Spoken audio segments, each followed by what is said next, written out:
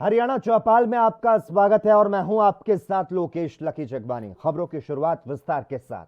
हरियाणा में कोरोना के तेजी के साथ बढ़ते मामलों को देखते हुए सरकार ने सख्ती के आदेश दे दिए थे। प्रशासन को सख्ती बरतने को कहा गया। प्रदेश के सभी मॉल्स अब शाम 5 बजे तक ही खुलते हैं। इसके अलावा ऐसे लोग जिन्होंने कोरोना के दोनों वैक्सीन नहीं लगवाई उन्हें आने जाने की परमिशन नहीं है। मास्क को अनिवार्य किया गया है।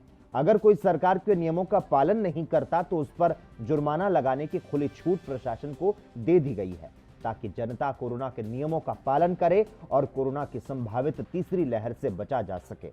हरियाणा में बढ़ते कोरोना के मामलों को देखते हुए मुख्यमंत्री मनोहर लाल ने आगामी 1 हफ्ते तक कार्यक्रम रद्द कर दिए हैं। आपको बता दें, 8 जनवरी कैथल में होने वाली मुख्यमंत्री की रैली स्थगित हो चुकी है।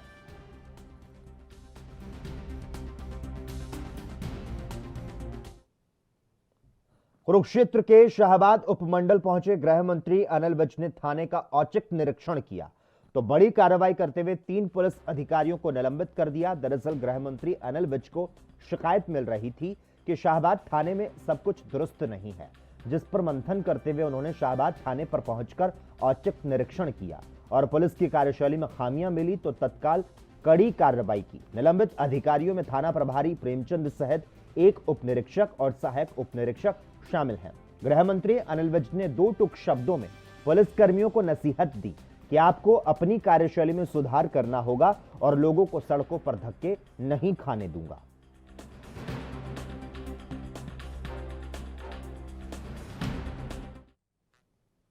वहीं चंडीगढ़ में डाडम हादसे को लेकर माइनिंग विभाग की बैठक आयोजित हुई। इस बैठक की अध्यक्षता हरियाणा सरकार में मंत्री मूलचंद शर्मा ने की।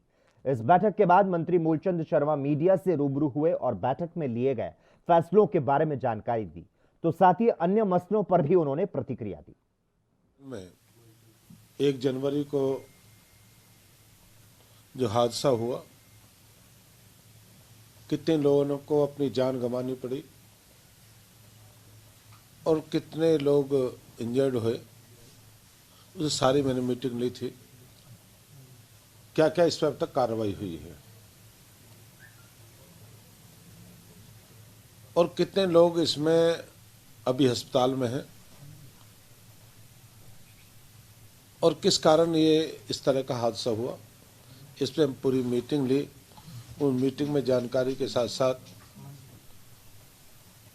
कि जो साथी इसमें 5 लोग इसमें मृत्यु हुई है और 3 लोगों के जो चोट लगी है वो हॉस्पिटल में है और 5 परिवार उनको किसी को 10 लाख 15 लाख रुपए जो उनको परिवार की जो मदद के तौर पर उन माइनिंग वालों ने जो लेबर एक्ट के तहत उनकी मदद करी है और जो इनका इलाज है उनका हॉस्पिटल में भी इलाज है। और इस पर हमने एक SIT गठित करी है। SP है, SDM है, फॉरेस्ट का अधिकारी है, एक माइनिंग अफसर है। इस तरह की टीम बनाई है जो टीम बना के रिपोर्ट देगी कि किस कारण से हादसा हुआ है। हालांकि जल्दी इसमें माननीय मुख्यमंत्री स्वयं इसमें देख रहे हैं। आने वाले 8-10 दिन में रिपोर्ट आ लेगी भाई किस हादसा। बार बार जो आरोप लग रहा था जी ये तो माइनिंग बाहर से हुई है, ये भी है कि माइनिंग का ही पार्ट है और माइनिंग का ही पार्ट है और माइनिंग के अंदर का पार्ट है जो गिरा है। और गाजियाबाद रोड सेफ्टी जो माइनिंग देखती है वो भी लोग हैं जहाँ माइनिंग सेफ्टी जो को देखते हैं उसको जो देखते हैं वो भी इसमें वहाँ पे कमेटी में। ये SIT आज बनाई आपने, SIT आज की बैठक में डिसाइड हुआ है पहले? नहीं, पहले ही डिसाइड थी और पहले ही उसमें काम कर रहे हैं। उसकी रिपोर्ट आने के बाद सारी जो भी है, देखो ये इतना बड़ा एक्सीडेंट हुआ है और एक्सीडेंट क्या है कि माइन गिर गया तो उससे क्या है कि बड़ा पीस गिरा है जिससे दुखद घटना हुई है। तो इसमें जो भी इसकी कार्रवाई जो कमेटी है गठित करी है उसमें जो भी होगी उसको हम बताएंगे। टाइमिंग क्या है, रिपोर्ट कब तक आएगी? नहीं, 10 दिन का समय दिया है, 10-12 दिन का समय दिया है। 5 मजदूरों की मौत हुई है, इसमें आपने कहा पक्ष के मित्रों से ठीक उनका सुझाव है वो साहब के 20 लाख दिए, पर जो माइनिंग वालों ने उनने के लोगों ने मर्जी से जो 15 लाख रुपए दिए हैं और उनने अपने एफिडेविट भी दिया है। तो ये कहना है कि जो भी उनकी आपस में तय हुआ है वो आपस में हुआ, उसमें मैं कहने लगा उससे देने लगा जो मान गए तो उसमें बात क्या है। वो तो ठेकेदारों ने दिया है सर, सरकार ठेकेदार जो है उनके साथ उनकी कंसल्ट हुई होगी ना, सरकार का क्या जवाब है इस पूरे मामले में, विभाग की क्या जवाब? नहीं, विभाग की जो जिम्मेदारी है, हम रिपोर्ट आएगी उसके बाद करेंगे ना सारी भाई रिपोर्ट भाई किस कारण से ये हादसा हुआ, क्या कारण रहा। एक तो नेचुरल एक्सीडेंट है, एक एक्सीडेंट का रास्ता बनता है। नहीं, वैसे सारी मंत्री जी, रिपोर्ट शुरुआत में कुछ तो जानकारी आई होगी कि सर, वहाँ ये पर इस माइनिंग जगह का काम चल रहा था या नहीं चल रहा था, जहाँ पे चल रहा था वो वहाँ पे अलाउड था कि नहीं था? शुक्रवार तक माइनिंग की कभी माइनिंग बंद नहीं हुई। जो बार बार मेरे मित्र कहते हैं माइनिंग बंद हो गई, एनजीटी ने जो क्रेशर बंद थे उन पे बैन था और शुक्रवार को क्रेशर का बैन हट गया था और माइनिंग कंटिन्यू थी। माइनिंग करे के जब क्रेशर ही बंद थे माइनिंग बंद थी। कोर्ट ने कोई माइनिंग डाटा पे कोई रिपोर्ट कोई नहीं लगा रखी थी बैन। वो उस बात को कह रहे हैं कि जिस दिन ये हादसा हुआ उस दिन हादसे शुक्रवार तक सुप्रीम कोर्ट एनजीटी ने अपना वो ले लिया था वापस, भाई क्रेशर चलेंगे। मंत्री जी, नियम क्या कहते हैं माइनिंग के? क्या टाइमिंग क्या रात भर माइनिंग हो सकती है या दिन के उजाले ये गाजियाबाद देखो 7 बजे तक माइनिंग का क्या है कि 7 बजे तक रिवर बेड की माइनिंग हो सकती है सूर्य छिपने से पहले, और 6:30 बजे 7 बजे मशीन बाहर आ जाती हैं।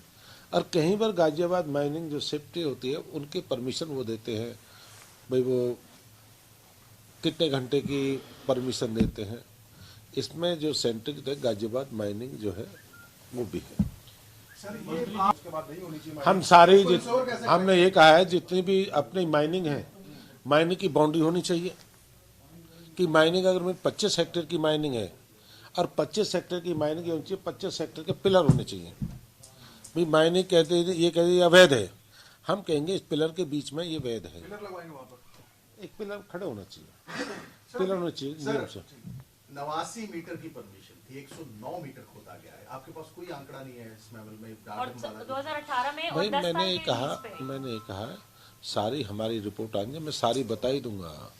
जब मुझे रिपोर्ट आने दीजिए ना, सारी मैं बता ही दूंगा, फिर रिपोर्ट क्या रहेगी। सर उसके अलावा भी कई जगह पहाड़ में दरार देखी गई है, उसके बाद भी वहाँ पे। जहाँ दरार होगी हम बंद कर देंगे। मंत्री जी, 15 लाख तो वो प्राइवेट जो कॉन्ट्रैक्टर है, जो ठेकेदार है, वो दे रहा है। सरकार क्या दे रही है उनको मुआवजे में, क्या दे रही है सरकार? और दूसरा सवाल कि डीजीएमएस की जो रिपोर्ट आई थी गाजियाबाद से, उन्होंने साफ कहा कि सिर्फ सेफ्टी मेजर जो थे वो किसी भी तरीके से नहीं अपनाए गए थे। उनकी रिपोर्ट में बाकायदा जो है अखबारों में भी छपा है, क्या कहेंगे उस बारे में? भाई आपने कहा गाजियाबाद माइनिंग रोड सेफ्टी वालों ने कहा है, हम रिपोर्ट आने दीजिए, मुख्यमंत्री हम स्वयं देख रहे हैं, हम कार्रवाई करेंगे। सांसद जी का मैंने सुना है, मुझे सुनने का बहुत आदि, मैं सुनता भी हूँ, बोलता कम हूँ सुनता बहुत हूँ। मूलचंद शर्मा के माइनिंग मिनिस्टर होते कोई इस तरह का काम ना होने देंगे जो लोग दूसरे बात सोचते हैं। मैं नहीं होना दूंगा, मैं होने में नहीं दूंगा।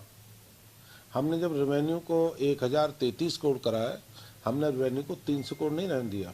पूर्व की सरकार में 150-200 करोड़ रहा है। भारतीय जनता पार्टी मनोहर की सरकार में रेवेन्यू धनखड़ जी रहे थे 600 करोड़, 650 करोड़, फिर 723 करोड़, 923 करोड़, 1033 करोड़, ये रेवेन्यू भारतीय जनता पार्टी पूर्व की सरकार में नहीं बढ़ा। ठेकेदार की तो कोई गलती नहीं है। मैंने कहा है कि ठेकेदार की गलती है नहीं है, आने रिपोर्ट तो आने दो, कारण तो पता लगेगा भाई किसकी क्या गलती है। ठेकेदार की गलती है, उसकी क्या कार्रवाई होगी। ठेकेदार का अधिकारी के खिलाफ कार्रवाई करेंगे।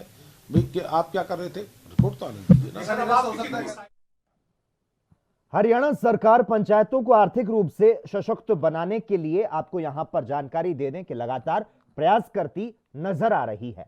हरियाणा सरकार प्रशासन को सशक्त करने के लिए ऐसी पंचायत लैंड लीज पॉलिसी बनाने की दिशा में आगे बढ़ रही है। हरियाणा के उप मुख्यमंत्री दुष्यंत चौटाला ने विकास और पंचायत उद्योग और वाणिज्य विभाग के वरिष्ठ अधिकारियों की बैठक की अध्यक्षता की। बैठक में विकास एवं पंचायत मंत्री देवेंद्र बबली और श्रम एवं रोजगार मंत्री अनूप धानक भी उपस्थित रहे। डिप्टी सीएम ने विकास एवं पंचायत और उद्योग एवं वाणिज्य विभाग के अधिकारियों को निर्देश दिए कि वे ऐसी पंचायत लैंड लीज पॉलिसी बनाएं जिससे पंचायत की जमीन को लीज पर देने से अच्छी खासी आमदनी हो।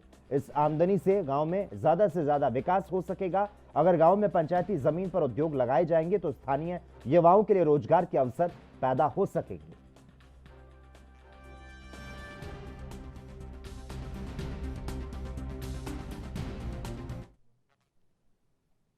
हरियाणा विधानसभा के अध्यक्ष ज्ञानचंद गुप्ता ने विधायक सुधीर सिंगला को विधानसभा की विशेष अधिकार प्राप्त समिति और विधायक नरेंद्र गुप्ता को स्थानीय निकाय और पंचायती राज संस्थानों पर गठित समिति के लिए चेयरमैन मनोनीत किया।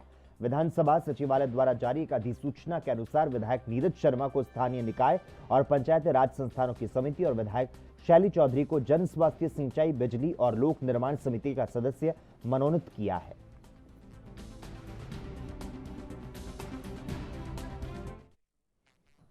जल शक्ति मंत्रालय भारत सरकार के तत्वाधान में होडल में आज 4 दिवसीय आवासीय प्रशिक्षण कार्यशाला का आयोजन किया गया, जिसमें पलवल जिले के होडल और पलवल खंड के 30 गांवों के जल एवं सीवरेज समिति की 80 सदस्यों ने भाग लिया। कार्यक्रम में मुख्य अतिथि उपायुक्त कृष्ण कुमार ने शिरकत की। उपायुक्त कृष्ण कुमार ने बताया कि हर घर में जल तो पहुंचा दिया गया, लेकिन उसको स्वच्छ बनाए रखना एक बड़ी चुनौती है। उन्होंने कहा, जल जीवन मिशन बिना जन सहभागिता के सफल नहीं होगा, इसीलिए जन सहभागिता जल जीवन मिशन की सफलता की पहली सीढ़ी है।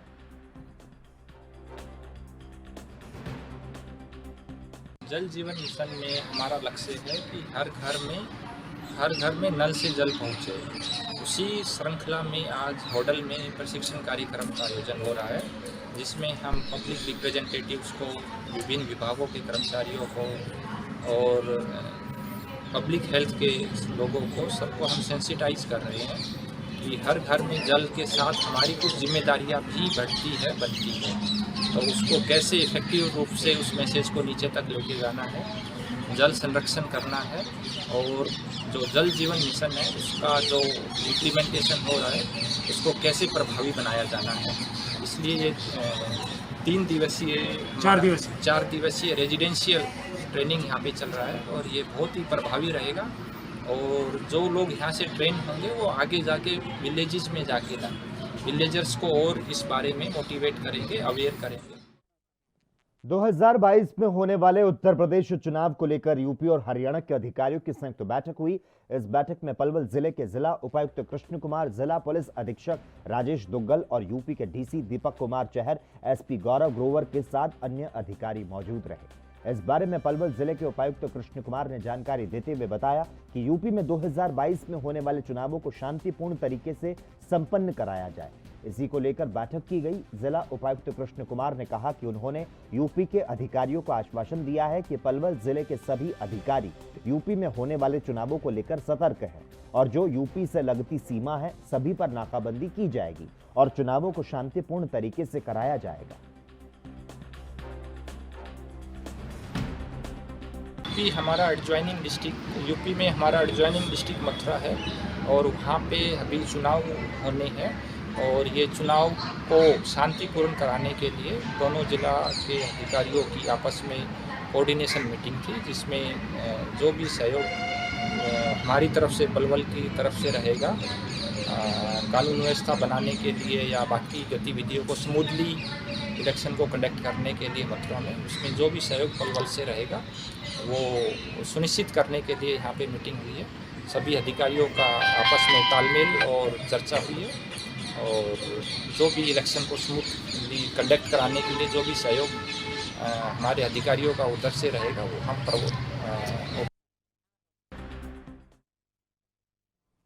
हरियाणा की खबरों में आगे बढ़ते हैं। टोहाना के टिब्बी गांव में 15 से 18 साल के बच्चों को कोरोना वैक्सीन लगाई गई, लेकिन इस दौरान कोरोना नियमों की धज्जियां उड़ाई गई। किसी भी प्रकार से कोरोना नियमों का पालन नहीं किया गया। वहीं लोगों ने फर्जी वैक्सीनेशन का आरोप लगाया। वैक्सीनेशन का पंजीकरण न होने से ग्रामीण काफी परेशान रहे। ग्रामीणों ने कहा कि पंजीकरण न होने के कारण उनका सारा काम रुका हुआ है, लेकिन डॉक्टर इस जनक जवाब देते नजर नहीं आए। जा रहा है कि यहाँ जो भी कार्य हो रहा है वो बहुत ही गहन तरीके से किया जा रहा है और भी यहाँ पर जो खड़े हैं उनसे जानना चाहेंगे क्या कारण है, किस लिए यहाँ पहुँचे हैं। नमस्कार जी। तो यहाँ कुछ ग्रामीण हैं वो नहीं बोल पा रहे हैं, अपना मुंह हटाने की कोशिश करें। और भी ग्रामीण यहाँ पे खड़े हैं, उनसे हम जानना चाहेंगे क्या कहना है उनका। नमस्कार जी। नमस्कार जी। सर आपका नाम? रणजीत सिंह जी। रणजीत सिंह जी, क्या कहना है, क्या लेना है, मतलब क्या प्रोसेसिंग है यहाँ पे कोरोना वैक्सीन? मेरे दो महीने पहले 2 डोज लग चुकी थी जी, लेकिन मैं एडमिट कार्ड कटवा रहा हूँ, 1 डोज आ रही है। हरियाणा रजिस्ट्रेशन भी हुआ हुआ है, रजिस्टर के अंदर भी नाम दर्ज है मेरा। जी जी। लेकिन 2 जगह 1 दिखाने लग रहा है, दूसरी नहीं दिखाने लग रहा। जी, ये है। ऐसा क्यों है? डॉक्टर से आपने बात की, उन्होंने क्या कहा आपको? उन्होंने कुछ नहीं कहा, अभी आज की डोज में आज के डेट में हम दोबारा बना देंगे, और क्या इलाज है। जी, ऐसा कहा जा रहा है, पीछे वाले को रिव्यू किया जा रहा है और नए बनाने की कहा जा रहा है ये आपको। कहने ठीक है जी। यहाँ पर डॉक्टर पहुंचे हैं, उनसे हम जानना चाहेंगे क्या कहना है उनका। सर, आपकी पोस्ट हो नाम? डॉक्टर लवप्रीत सिंह, मेडिकल अफसर पीएससी इंदाचुई। जी सर। हाँ जी सर, यहाँ कुछ ये ग्रामीण जो आए हुए हैं ये आरोप लगा रहे हैं कि फर्जी तरीके से टीकाकरण किया जा रहा है, ये क्या मसला है? पूरा मसला जानना बिल्कुल, ये इनको थोड़ी गलतफहमी हो गई है जी। कल भी इनको ये गलतफहमी हुई थी, थोड़ा नेटवर्क के इशू की वजह से और पोर्टल में ऑनलाइन एंट्री की देरी के होने की वजह से इनको ऐसा हुआ था कि इनका मैसेज नहीं आया। तो कुछ का मैसेज नहीं आया, परंतु कुछ लोग कह रहे थे कि हमारी एंट्री अभी करके हमें अभी दीजिए। तो नेटवर्क के इशू के कारण उनको बोला गया कि आप थोड़ा वेट कीजिए। कई बार मैसेज लेट आता है, कई बार नहीं आता जी। जो लोग ये कह रहे हैं कि हमें टीका लग गया परंतु रजिस्टर में नाम काटा गया, अब मेरे को फील्ड से ये नॉलेज आई है, खबर आई है कि ना तो उनके टीका लगा है, ना ही उनकी कहीं पे किसी प्रकार की एंट्री हुई है।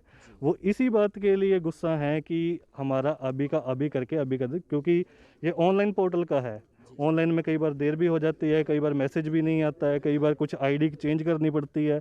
तो जैसा होगा उस तरीके से हमको वैसे ही करना पड़ेगा, क्योंकि बिना रजिस्ट्रेशन के हम किसी को टीका लगा नहीं सकते हैं। और फर्जी किसी को ऐसे लगता अभी तक तो मेरी संज्ञान में कोई आया नहीं है और ना ही ऐसा कोई और चल रहा है। जी सर। तो ये है, डॉक्टर साहब से हमने बात की है, इन्होंने बताया कि यहाँ पे ऐसा कुछ नहीं है। इन्होंने सभी जो आरोप है उनको निराधार किया है। हम अंदर जानना चाहेंगे, अंदर जहाँ बच्चे बैठे हैं उनसे भी हम मिलना चाहेंगे, और जो ग्रामीण है वो फिर से कुछ कहना चाह रहे हैं, उनसे भी हम जानना चाहेंगे क्या कहना चाह रहे हैं। हम डॉक्टर साहब से ये कह रहे हैं, डॉक्टर साहब कह रहे हैं कल डोज नहीं लगी थी, अगर हम आज डोज लगाते हैं हमारे शरीर में कोई डिफेक्ट हो जाता है, इसका स्टाफ जिम्मेवार होगा। जी डॉक्टर साहब, ये मैं बताऊँ ना वो डॉक्टर साहब कह रहे हैं चल ठीक है डॉक्टर साहब, ये सारा महकमा कर रहा है, इसके डोज दोबारा लगानी है, मेरे पर थोप रहे हैं, ये इन्होंने रजिस्टर में से नाम काट दिया, हम लगवा लें, कोई बात को नहीं। दोबारा डोज के ऊपर डोज लग रही है, जो कल ने 19-20 को हो गया तो परिवार में 19-20 कुछ हुआ तो इनका जिम्मेवार ही खुद स्टाफ होगा। जी, लगातार 2 डोज देने का ये कह रहे हैं कि मुझे कल डोज लगी थी, उसका रजिस्ट्रेशन नहीं हुआ, और आज अगर हमें दोबारा डोज दी जाती है तो उसका जिम्मेवार मेडिकल प्रशासन होगा। आइए हम अंदर जाके आपको दिखाते हैं क्या परिस्थितियां हैं अंदर की जहां डोज लगाई जा रही है। देश में 3 जनवरी से 15 से 18 साल के बच्चों का वैक्सीनेशन अभियान शुरू हो गया है। अंबाला में इसकी शुरुआत गृह मंत्री अनिल विज द्वारा की गई थी। भारी संख्या में बच्चे वैक्सीनेशन सेंटर पर वैक्सीन लगवाने के लिए पहुंचे और अब स्वास्थ्य विभाग द्वारा स्कूलों में जाकर 15 से 18 साल के बच्चों का वैक्सीनेशन किया जा रहा है। बच्चों में वैक्सीनेशन को लेकर भारी उत्साह देखने को मिल रहा है।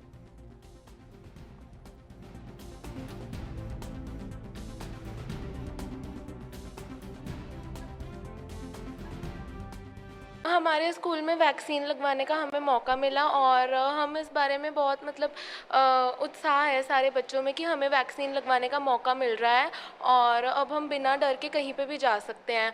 और जैसे कोरोना फैल रहा है उस हिसाब से वैक्सीन लगवाना बहुत ज़रूरी था और मैं बहुत ही ज़्यादा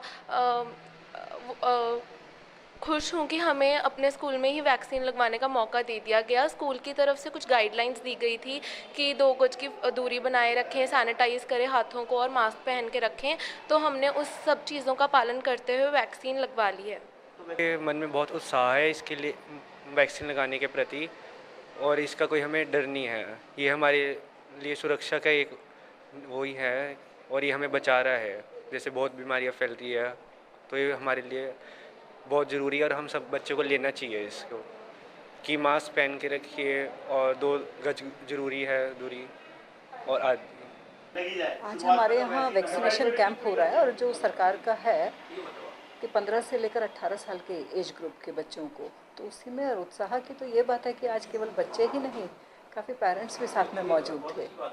तो ये उनका उत्साह ही है कि वो चाहते हैं कि उनके बच्चों को लगे। और पूरी स्ट्रेंथ में अगर मैं देखूं जो हमारे पास अवेलेबल है तो उसमें करीब लगाइए कि 70% बच्चा वो आज वैक्सीनेशन ले रहा है। तो जितना भी कोविड सेफ प्रोटोकॉल है उसको फॉलो करने का तो हम शुरू से लगातार ही कोशिश कर रहे हैं, बच्चों में आदत पड़े, वही चीज़ की गई है। और अभी अगर स्पेशली वैक्सीनेशन के लिए बात करें तो उनको बहुत अच्छे से बताया गया है कि वैक्सीनेशन खाली पेट नहीं लेंगे, उससे पहले प्रॉपर मील लेकर रखेंगे। पूरा डॉक्टर्स की टीम यहाँ अवेलेबल है और कहीं ना कहीं साइकोलॉजिकल अगर बच्चे के अंदर है ना तो उसको भी कन्विंस करने के लिए, थोड़ा रिलैक्स सूट करने के लिए वो लोग भी अवेलेबल हैं। वैक्सीनेशन के बाद भी बच्चों को कम से कम आधा घंटा स्कूल में रुकने के लिए कहा गया है। हिसाब से बढ़ रहा है और जैसे मामले आ रहे हैं उसमें 3 चीज़ें बहुत ज़रूरी है। पहला इम्यूनाइजेशन, दूसरा सैनिटरी कंडीशन कि भाई कैसे आप अपने आप को साफ़ सुथरा रखें, और तीसरा जब भी कोई लक्षण आए, प्राइमरी लक्षण आते ही आप डॉक्टर से मिलें। जब भी आप टेस्ट करवाते हैं ये फ्री ऑफ कॉस्ट हो रहे हैं सिविल हॉस्पिटल्स में, सरकारी अस्पतालों में, और आपके रिजल्ट आने के बाद आपको दवाई भी मुफ्त में दी जा रही है थ्रू आउट इंडिया। तो सबसे ज़रूरी जो है ये 3 ही पॉइंट है, इम्यूनाइजेशन, प्रिवेंटिव में आप सैनिटेशन, और अगर आपको हो जाए यानी खांसी जुकाम है, बुखार है, तो आप अपना इन्वेस्टिगेशन कराएं और दवाई लें। पैनिक कंडीशन जरूरी नहीं है, कोई पैनिक की जरूरत नहीं है, 100% क्योरेबिलिटी आ रही है।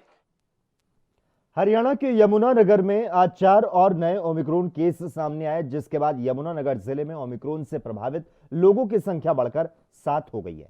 पहले जो 3 लोग ओमिक्रॉन पॉजिटिव पाए गए थे वो नीदरलैंड से आए थे, जबकि अब जो 4 लोग ओमिक्रॉन पॉजिटिव पाए गए हैं वे ऑस्ट्रेलिया से आए हैं। यमुनानगर के सीएमओ डॉक्टर विजय दहिया ने बताया कि अभी तक यमुनानगर जिले में विभिन्न देशों से 1141 लोग आए हैं। इनमें 316 हाई रिस्क देशों से, 825 लोग लो रिस्क देशों से आए हैं। इनमें 231 लोगों का 7 दिन का समय पूरा हो चुका है, जिनमें से 208 लोगों के सैंपल लिए गए। उनमें से 174 लोगों की रिपोर्ट नेगेटिव आई है। देखिए, हमारे ज़िले में अगर हम दिसंबर मंथ की बात करें तो ऑन एन एवरेज हमने 1687 सैंपल प्रतिदिन के हिसाब से लिए हैं, और हमारे जो पॉजिटिव केसेस थे वो 2, 1, 3, 4 ऐसे केसेस ही पर डे के हिसाब से आ रहे थे, और पूरे मंथ में केवल 47 केसेस ही आए थे। लेकिन जनवरी के महीने में एकदम से केसेस की तादाद बढ़ी है। कल हमारे 19 केसेस पॉजिटिव आए थे, आज जो है 10 केसेस जो हैं वो आज पॉजिटिव आए हैं। इस समय जिले में कुल 65 एक्टिव केसेस हैं, जिनमें से 38 केसेस हमारे हॉस्पिटलाइज्ड हैं और 27 केसेस जो हैं होम आइसोलेशन में हैं। ये अभी तक की टोटल स्थिति है। जहाँ तक ओमिक्रॉन का सवाल है, टोटल इंटरनेशनल पैसेंजर यमुनानगर में अभी तक 1141 आए हैं, जिनमें से 316 लोग हाई रिस्क कंट्री से ट्रैवल की हिस्ट्री है और 825 जो है वो लो रिस्क कंट्री से ट्रैवल की हिस्ट्री है। इनमें से हमारे जिनके 7 दिन पूरे हो चुके हैं वो 231 लोग हैं, जिनमें से 208 के सैंपल ऑलरेडी हो चुके हैं, और 174 जो रिपोर्ट भी वो आ गई हैं, जिनमें से 165 नेगेटिव हैं, और जो 9 केसेस की रिपोर्ट थी वो पॉजिटिव आई है। जो केस पॉजिटिव आए हैं और उनके कॉन्टैक्ट की हमने सैंपल भेजे थे WGS लैब दिल्ली को, उसमें से हमारे जो टोटल। हरियाणा डेमोक्रेटिक फ्रंट की महासचिव चित्रा सरवारा का कहना है कि हरियाणा सरकार द्वारा प्रदेश के 5 जिलों में बढ़ रहे कोरोना मरीजों की संख्या को देखते हुए बाजार सुबह 9 बजे से लेकर शाम 5 बजे तक खोलने के आदेश से दुकानदारों में नाराजगी है। उन्होंने कहा कि सरकार को लोगों की सेहत की चिंता है, लेकिन दुकानदारों के साथ साथ अपनी रोजी रोटी कमाने वाले गरीब रेहड़ी लगाने वाले लोग जो हैं वे कहां जाएंगे। उन्होंने कहा कि अंबाला के रेहड़ी लगाने वाले लोगों के घर तो चूल्हा भी जलना बंद होने को है।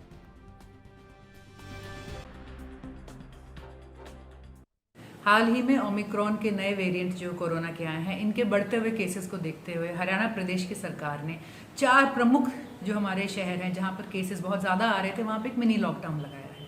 हम समझते हैं कि लॉकडाउन एक बहुत ही इफेक्टिव टूल साबित हुआ है जब भी हमें कोरोना के बढ़ते हुए केसेस को रोकने की कोशिश करी है।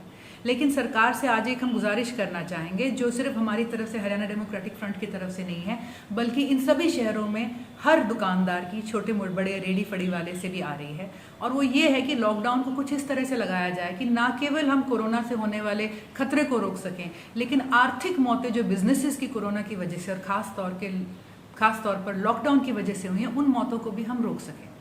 सरकार ने 8 घंटे का मार्केट का एक ओपनिंग टाइम दिया है, 9 to 5।